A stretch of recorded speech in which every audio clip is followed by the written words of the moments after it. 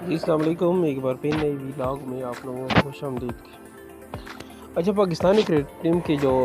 Star bowler ہے محمد شہین افریدی پر coaches سے برا رویہ رکھنے کا الزام بھی سامنے آیا تھا، اور پی سی بی نے وہاب ریاض اور عبدالرزاق کو فارغ کرنے کی وجہ بھی یہی بتائی تھی کہ دونوں نے حالیہ ٹورز کے دوران شہین افریدی کو غیر ضروری طور پر سپورٹ کیا تھا،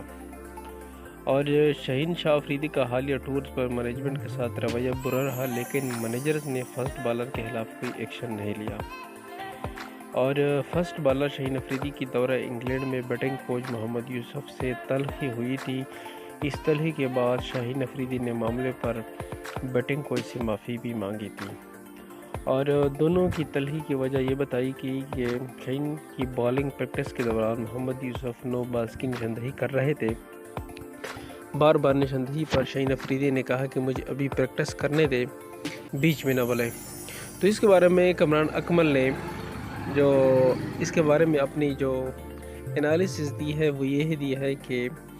آپ کسی ایسے بندے پر کیسے یقین کر سکتے ہیں جس نے 1 ماہ پہلے ٹیم کو جوائن کیا ہو، یعنی محمد یوسف کی طرف اشارہ ہے کہ اس نے تو ابھی ٹیم کو جوائن کیا تھا، اور ایسے بندے پر آپ کیسے یقین کر سکتے ہیں۔ انہوں نے یہ بھی کہا کہ کچھ چیزیں ایسی ہوتی ہیں جنہیں مینجمنٹ آسانی سے پلیئر پر ڈال کر سائٹ پر ہو جاتی ہے۔ یہ چیزیں ہمارے ساتھ بھی ہوئی ہے، اس لیے ہمیں پتہ ہے، یہ کمران اکمل کہہ رہے ہیں۔ اور کمران اکمل نے یہ بھی کہا کہ ٹیم کے ساتھ اتنے دنوں سے اظہر محمود اور وہاب ریاض موجود ہے،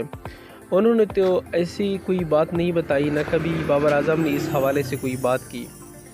اور میرا نہیں خیال کہ ایسی چیزیں آنی چاہیے۔ مجھے نہیں پتہ کہ یہ چیزیں ہوئی تھی یا نہیں، مگر ایسا ہوا تھا تو اس وقت کیوں نہیں روکا گیا، اس وقت کیوں نہیں کھلاڑی کو باہر بٹھایا۔ مضبوط مینجمنٹ ہی ایک چیزیں کر سکتی ہے۔ دیکھیے، اگر شہین افریدی نے اس کے بارے میں محمد یوسف سے